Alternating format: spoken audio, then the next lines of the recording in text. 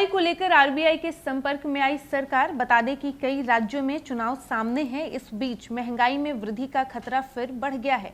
ऐसे में सरकार कोई भी खतरा मोल नहीं लेते हुए अभी से आरबीआई के संपर्क में है कि किस तरह से महंगाई की स्थिति बिगड़ने से पहले एहतियाती कदम उठाए जाएं। आरबीआई के केंद्रीय बोर्ड की गत शुक्रवार को आयोजित बैठक में भी महंगाई पर अच्छी खासी चर्चा हुई।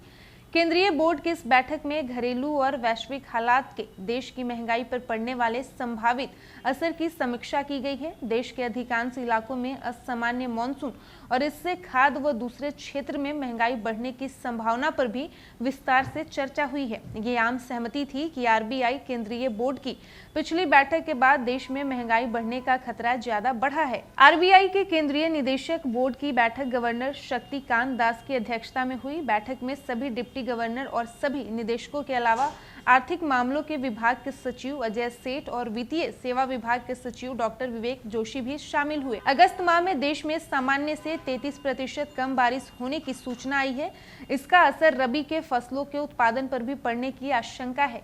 वैसे आरबीआई गवर्नर ने हाल में ही कहा था कि सितंबर 2023 के बाद महंगाई में कमी आएगी, लेकिन इसमें अल नीनो के असर का आकलन शामिल नहीं है। आरबीआई ने पिछले महीने मौद्रिक नीति पेश करते हुए कहा था कि अगर मॉनसून सामान्य रहता है तो महंगाई की दर 5.4% रहेगी। जुलाई सितंबर तिमाही के दौरान महंगाई दर 6.2% रहने की संभावना जताई गई थी, लेकिन अब मॉनसून सामान्य नहीं रहने की बात सामने आ चुकी है। सरकार की चिंता इस बात की है कि असामान्य मॉनसून का असर महंगाई पर आने में 2 महीने तक समय लगेगा और तब तक देश के 5 प्रमुख राज्यों राजस्थान, छत्तीसगढ़, मध्य प्रदेश, तेलंगाना और मिजोरम में चुनाव हो रहे होंगे।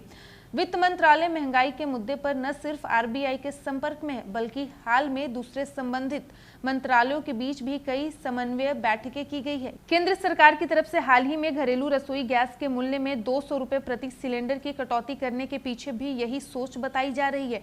माना जा रहा है कि सरकार त्योहारों से पहले महंगाई में कमी के लिए कई और कदम उठा सकती है। इसके तहत उत्पाद शुल्क में कटौती कर पेट्रोल डीजल को भी सस्ता किया जा सकता है। एक बार फिर से बता दें कि कई राज्यों में चुनाव सामने है। इस बीच महंगाई में वृद्धि का खतरा फिर बढ़ गया है। ऐसे में सरकार कोई भी खतरा मोल नहीं लेते हुए अभी से आरबीआई के संपर्क में है कि किस तरह से महंगाई की स्थिति बिगड़ने से पहले एहतियाती कदम उठाए जाएं।